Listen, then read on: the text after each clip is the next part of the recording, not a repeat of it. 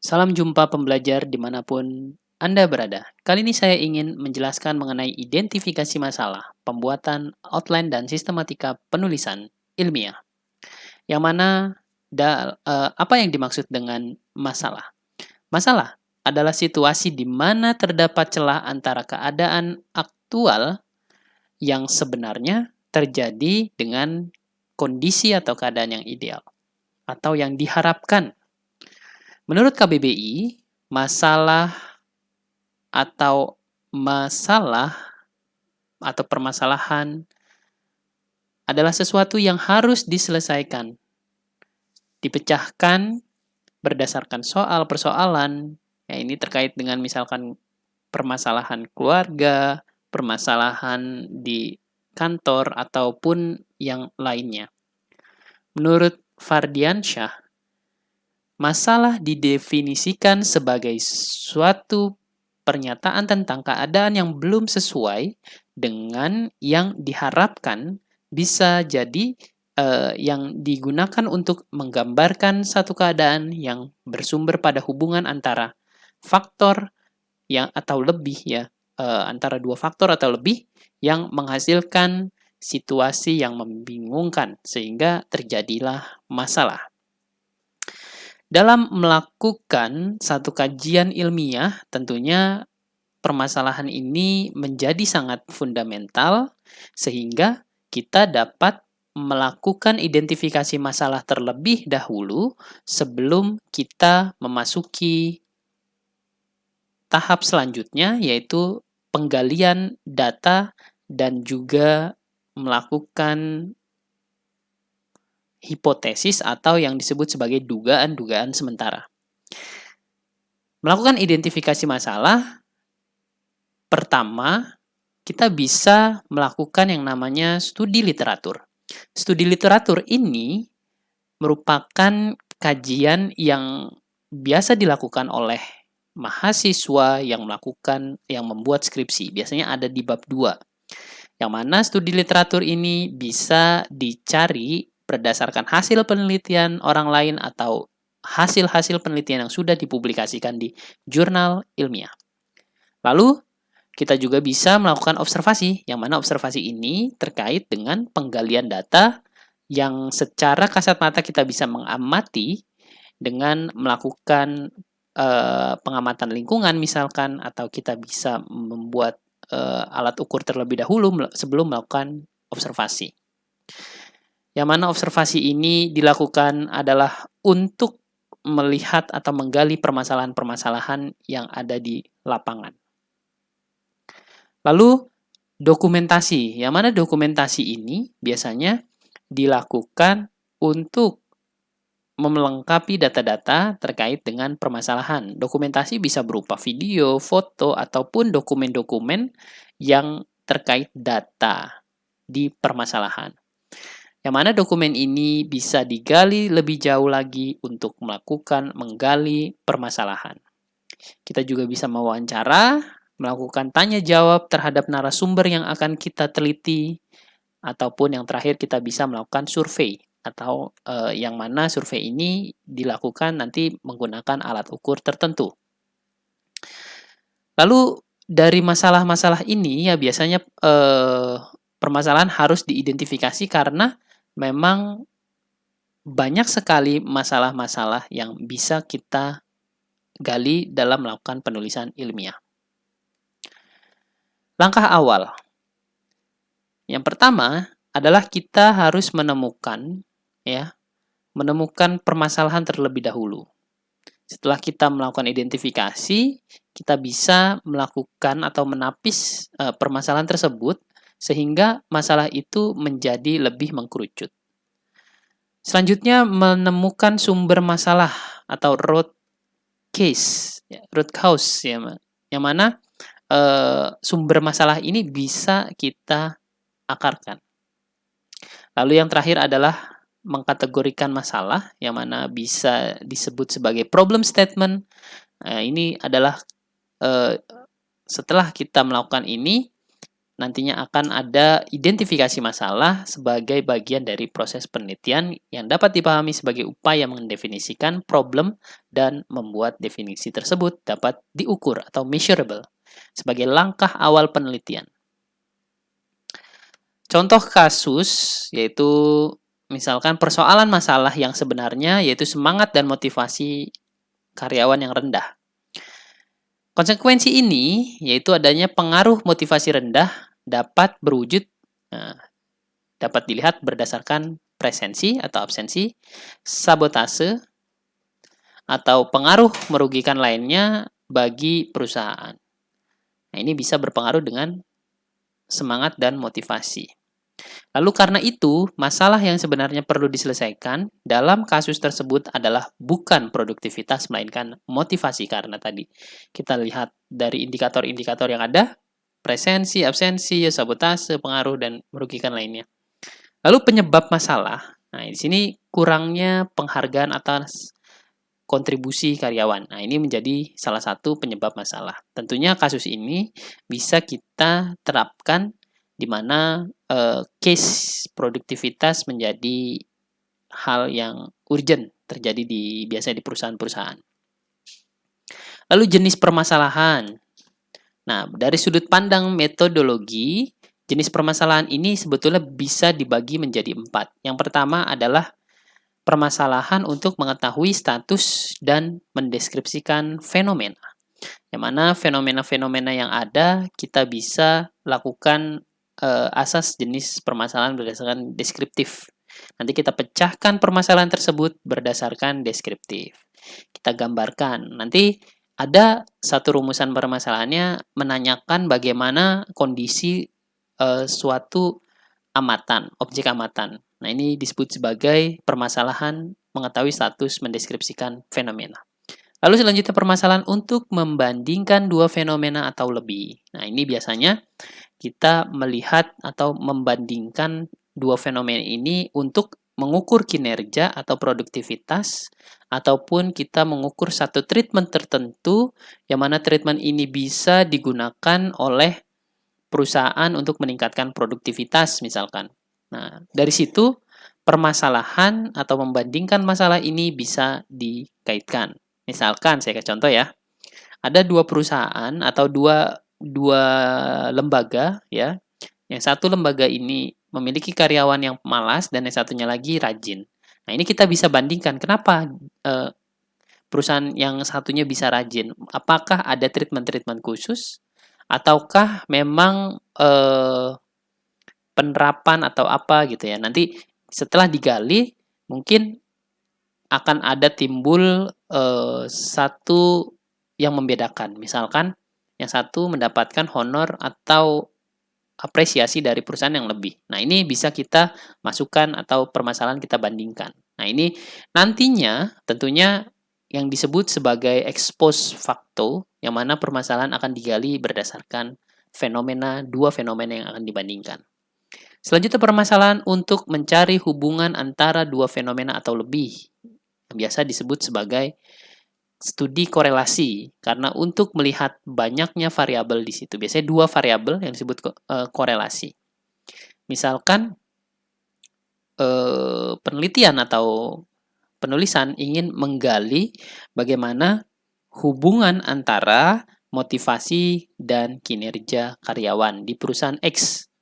Tentunya motivasi dan kinerja itu bisa kita korelasikan ya, karena dua-duanya variabel tersebut bisa terukur menggunakan alat ukur yang disebut sebagai angket atau kuesioner. Lalu selanjutnya permasalahan untuk mencari pengaruh dua fenomena atau lebih. Nah, dua fenomena atau lebih ini bisa dicari ya, karena lebih berarti dan mencari pengaruh. Nah, biasanya ada banyak variabel atau faktor-faktor yang diangkat untuk menggali fenomena tersebut. Nanti ini yang disebut sebagai multivariat, yang mana banyak variasi yang akan kita gali. Lalu berdasarkan sumbernya, ini sepertinya sama seperti tadi, ada bacaan sumber literatur, ada pengalaman akademik, yang mana ada juga pengalaman kerja dan hasil penelitian yang relevan. tentunya keempat ini masih bisa kita gali lagi, ya misalkan bacaan dan literatur bersumber dari artikel ilmiah, jurnal, dan buku. Nah, ini bisa kita gali.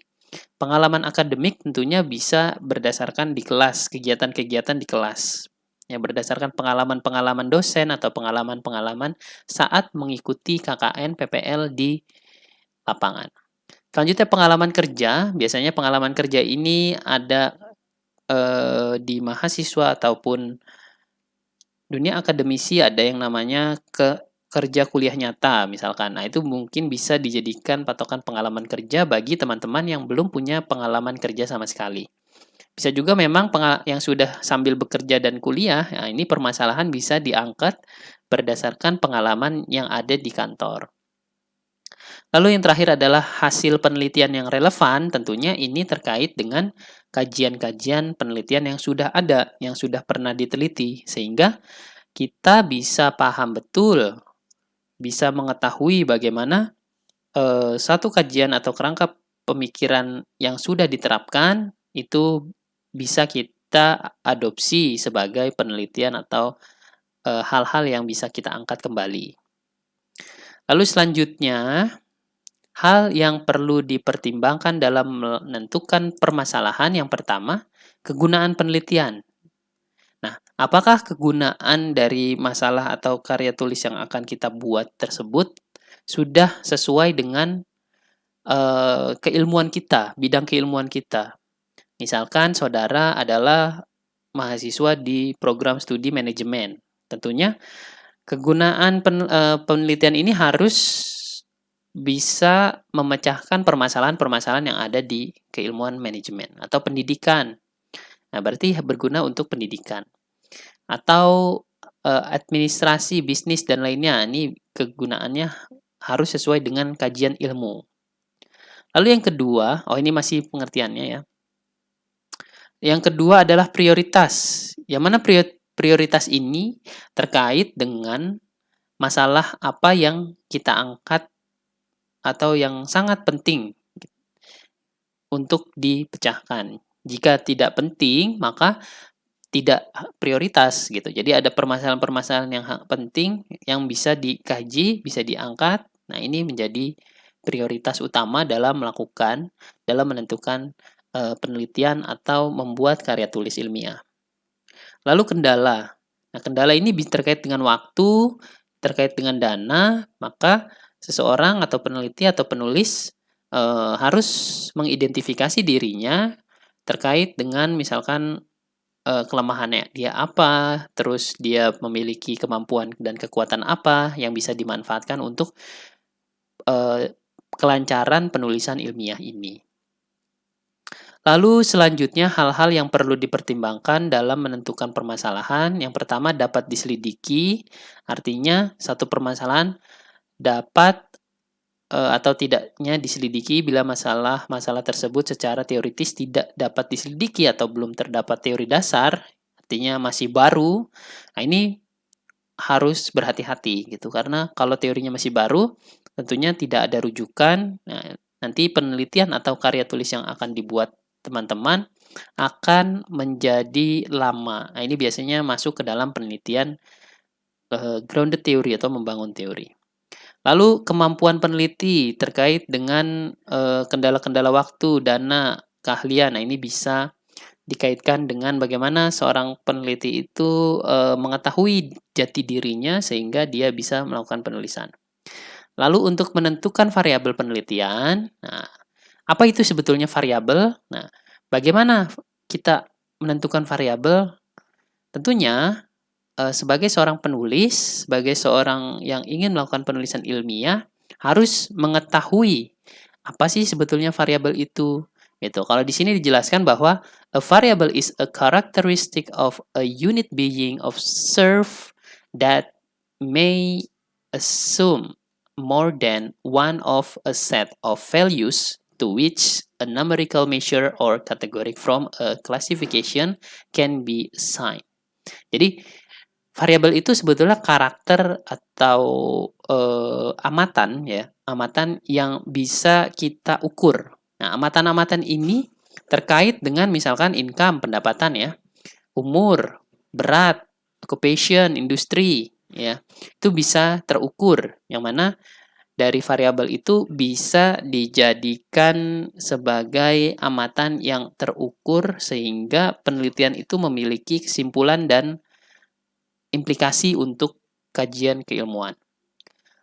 Nah, yang pertama apa untuk menentukan variabel? Pertama, tentukan permasalahan utamanya apa. Sehingga permasalahan utama ini kita sebut sebagai Y yang merupakan variabel terikat. Yang intinya eh, inti dari penelitian kita. Sebagai contoh, hasil belajar, produktivitas ini merupakan amatan yang akan kita ukur atau yang amatan utama, yaitu disebut sebagai Y. Nah, Y ini tentunya terkait dengan yang namanya variabel terikat. Nah, jadi nanti saudara akan mengetahui variabel bebas dan terikat. Tentunya variabel terikatnya dulu kita pahami karena permasalahan ada di dalam variabel terikat. Lalu variabel yang kita tentukan kita siapkan dulu apakah banyak teori-teori yang mendukungnya atau tidak. Minimal satu variabel itu memiliki kajian 10 teori yang akan disandingkan gitu. Nah, dari variabel ini nantinya kita bisa menggali lebih jauh faktor-faktor apa yang mempengaruhi variabel tersebut. Misalkan produktivitas, faktornya apa sih yang mempengaruhi variabel produktivitas ini gitu. Nah, yang mempengaruhi itu disebut sebagai X atau kita mengenal sebagai variabel bebas. Biasanya dalam penelitian tesis ya variabelnya minimal 2. Tapi kalau misalkan untuk skripsi ya tidak ditentukan. Ini biasanya di Indonesia ya stigmanya untuk tesis lebih dari 2, 3 variabel, 5 variabel. Tapi sebetulnya dalam melakukan riset satu variabel juga cukup. Tapi dalam untuk kita menggali lebih dalam lagi, kita bisa mengkaitkan dengan banyak variabel. Lalu, yang terakhir, tentukan apakah penelitian yang kita mungkinkan untuk kita lakukan. Jadi, kalau misalkan terkait dengan tempat, biaya, dan sebagainya, itu sangat menentukan. Konsep, peta konsepnya, ya, di sini kita bisa menerapkan metode, ya, selain dari peta konsep ini kita bisa melakukan yang namanya permasalahan penelitian ya menentukan permasalahan penelitian lalu menetapkan tujuan penelitian, mengkonstruksikan teori ya, mengkonstruksikan teori itu artinya mengumpulkan teori dari variabel-variabel yang ada kita kumpulkan terus kita baca dan kita amati. Lalu yang terakhir adalah menetapkan metode.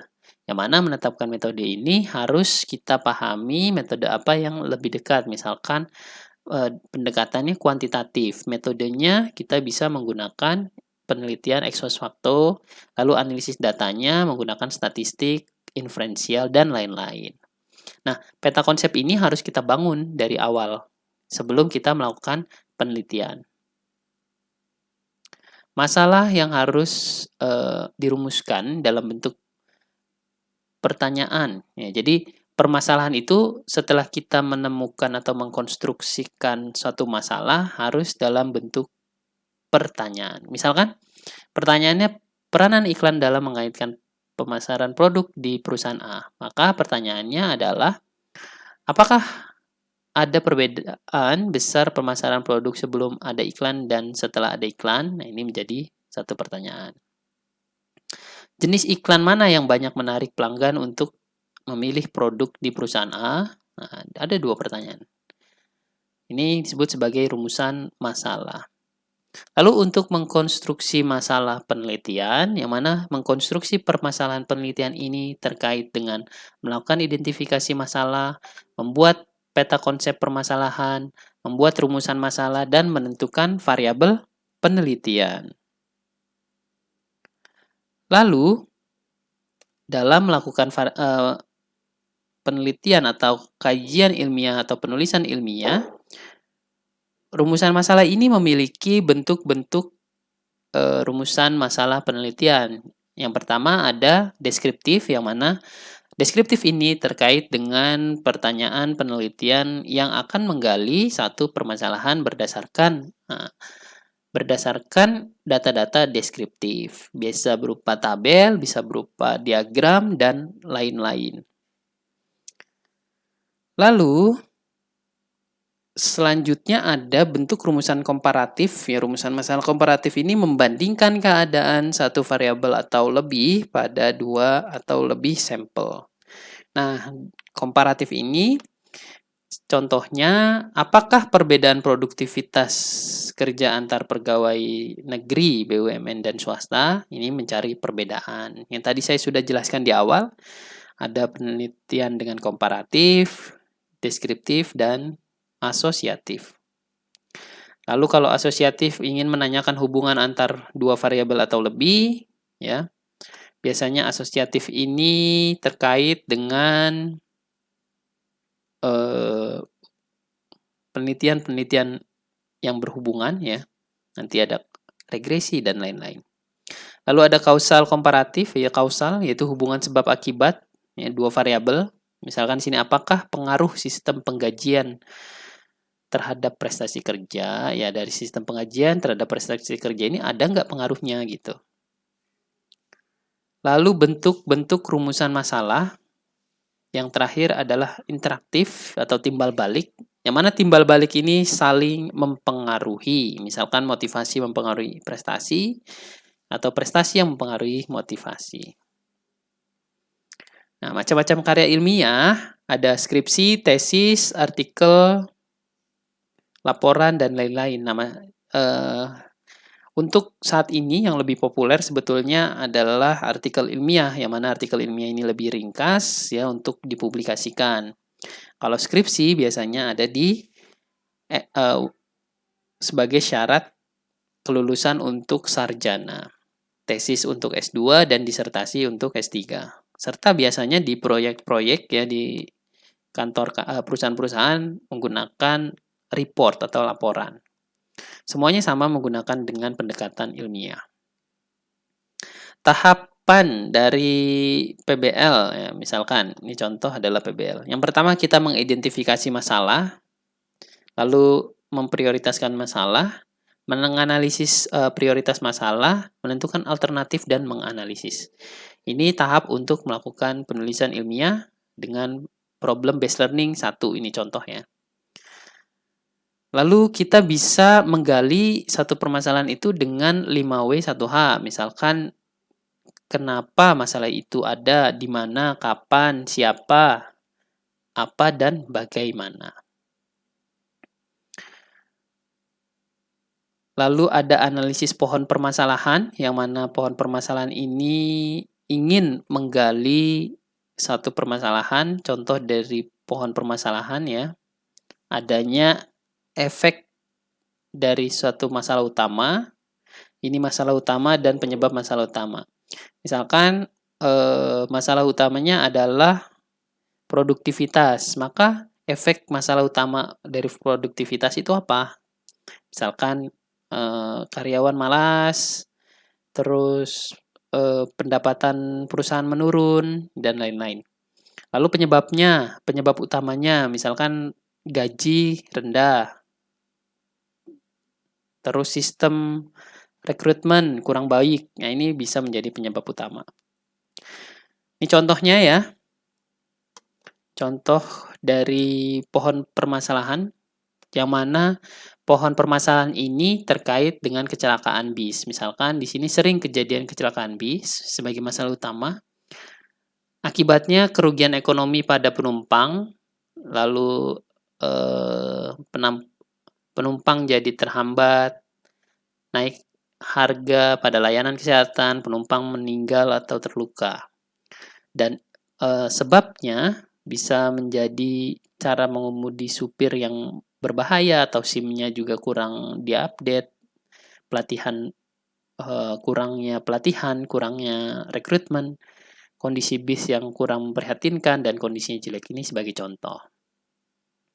Ini juga contoh bagaimana polusi sungai, ya, polusi air di sungai, bagaimana memburuknya kualitas air, lalu di sini ada menurunnya pendapatan akibat air sungai kotor, hasil tangkap ikan menjadi menurun, terancamnya ekosistem, lalu tingginya angka kesakitan karena kondisi air yang buruk, itu ini adalah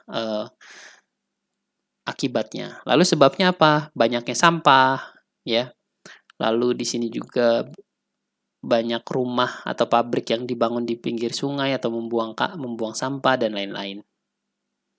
Nah, lalu kita juga bisa melakukan atau menggali satu permasalahan dengan SWOT, yaitu strength, kekuatan, yang mana kekuatan ini datangnya dari internal, ya. Ada weakness, opportunities, threat. Kekuatan, kelemahan, peluang, dan ancaman. Yang mana kita bisa misalkan kita mengamati mengenai perusahaan dagang punya kita sendiri. Misalkan saya menjual kue di online shop, kira-kira kekuatan saya apa ya? Oh, kekuatan saya bisa membuat kue yang enak. Lalu kelemahan saya apa? Kelemahan saya, nah ini masih datangnya dari internal ya. Kekuatan, kelemahan ini datangnya dari internal. Kelemahan saya adalah kurangnya pengetahuan mengenai pemasaran gitu. Jadi saya bisa bikin kue, saya tidak tahu tentang pemasaran. Lalu opportunities, kesempatan. Nah, kesempatan sekarang kan banyak. Ada aplikasi yang bisa kita gunakan ya untuk menjual, terus ada juga media sosial dan lain-lain. Itu menjadi satu kesempatan. Pasarnya juga luas untuk membuat hal tersebut. Atau ada segmentasi, misalkan hari raya besar kita bisa menjual kue-kuenya tersebut. Lalu ancaman. Ancaman ini biasanya datang dari eksternal. Jadi ada strength dan weakness ini dari internal, opportunities dari eksternal ya, seperti tadi media sosial dan lain-lain. Lalu threat adalah ancaman. Ancaman ini biasanya berupa dorongan eksternal yang mempengaruhi kita. Tadi kan contohnya kue, berarti ancamannya adalah persaingan misalkan. Persaingan semakin ketat, banyak juga orang yang berdagang hal tersebut, harus unik dan lain-lain. Nah, ini selanjutnya kita bisa juga menganalisis permasalahan dengan menggunakan diagram fishbone, yang mana diagram fishbone ini ada kepala ikannya. Kepala ikan bisa kita gambarkan sebagai inti masalah, lalu kita tarik, misalkan di sini ada man, orangnya siapa, metodenya apa. Sebagai contoh misalkan di sini belum optimalnya kinerja karyawan. Lalu di sini man-nya adalah karyawan, eh, atasan dan lain-lain. Metodenya misalkan yang diangkat bagaimana karyawan itu melakukan pekerjaan sesuai prosedur dan lain-lain. Lalu misalkan di sini lagi ada money ya, keuangan, lalu bisa juga di sini ada machine, yang mana machine itu terkait dengan penggunaan aplikasi yang mendorong produktivitas kerja dan lain-lain. Ini fishbone. Ini contoh dari sistematika penulisan karya ilmiah ya, masuk ke sistem penulisan.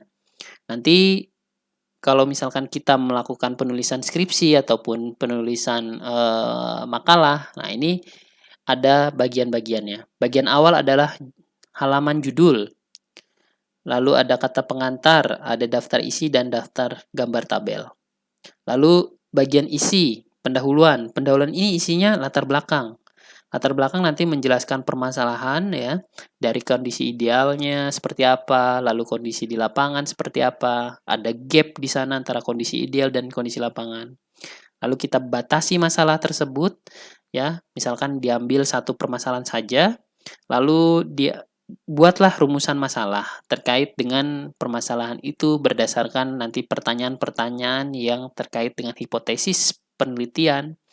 Lalu tujuan penelitian yang sangat terkait dengan rumusan masalah. Misalkan rumusan masalahnya, apakah terdapat pengaruh antara produktivitas dengan kinerja perusahaan?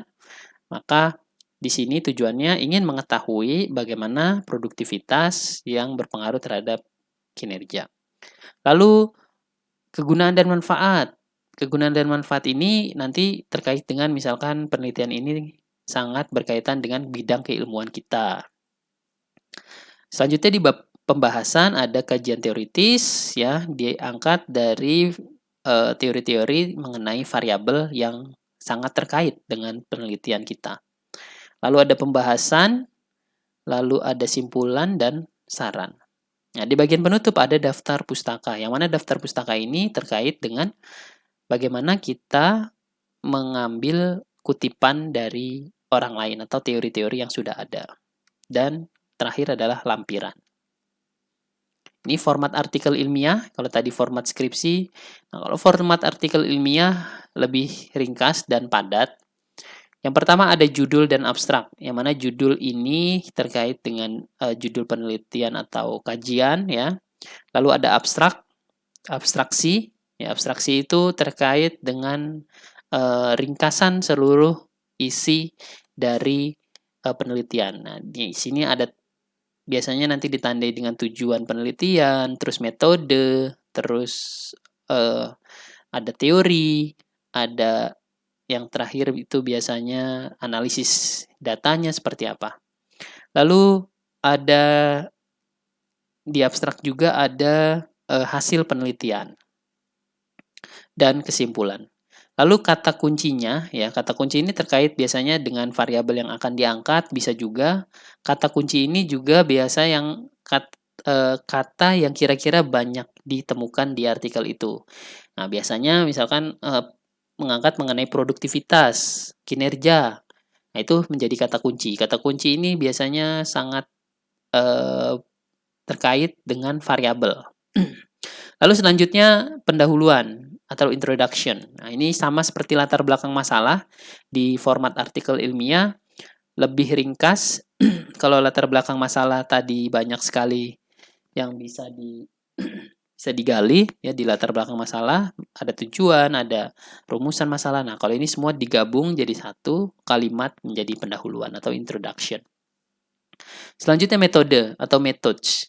Yang mana methods ini nanti terkait dengan bagaimana penelitian atau kajian ilmiah itu digali, dengan pendekatan apa, dengan analisis datanya seperti apa, teknik mengambil datanya seperti apa, dan lain-lain ya tentunya. Tempatnya di mana, siapa, bagaimana, ini adanya di metode. Lalu hasil. Hasil ini tentunya nanti ada rujukan lagi ya, hasil itu terkait dengan hasil-hasil yang sudah diambil, data-data yang sudah ditemukan. Kalau datanya kuantitatif, kita gambarkan ya, kita deskripsikan seperti apa, atau data itu misalkan inferensial, mencari hubungan dan pengaruh, kita paparkan ya tingkat signifikansinya berapa. Kalau kualitatif, kita lihat di situ bagaimana data itu dapat membangun kerangka berpikir. Lalu selanjutnya adalah pembahasan atau discussion, yang mana pembahasan ini adalah hasil dari penelitian yang sebelumnya, lalu kita diskusikan terkait dengan teori-teori yang berkaitan. Misalkan hasil penelitiannya atau hasil kajiannya adalah signifikan antara hubungan motivasi dan kinerja. Maka pembahasannya nanti akan ada kalimat berdasarkan teori Mr. atau teori Bapak siapa, nanti kan biasanya langsung nama. Berdasarkan teori Rahmat tahun 2018, ditemukan bahwa hal ini sesuai dengan hasil penelitian, nanti ada di pembahasan. Semua kalimat-kalimat seperti itu. Lalu kesimpulan atau conclusion, yaitu kesimpulan ini adalah implikasi dari pembahasan tadi. Kesimpulannya seperti apa? Apakah ada pengaruh, apakah ada hubungan, atau signifikannya berapa, nanti disimpulkan. Lalu yang terakhir adalah daftar atau referensi. Lalu jika ada lampiran atau appendix, jika ada biasanya lebih kepada biodata dan lain-lain. Bergantung pada karakteristik penelitian, setiap artikel memiliki struktur yang sama seperti ini, ada juga mungkin ada perbedaan sedikit kalaupun ada, dan gaya selingkungnya mungkin terkait dengan jenis font dan lain-lain.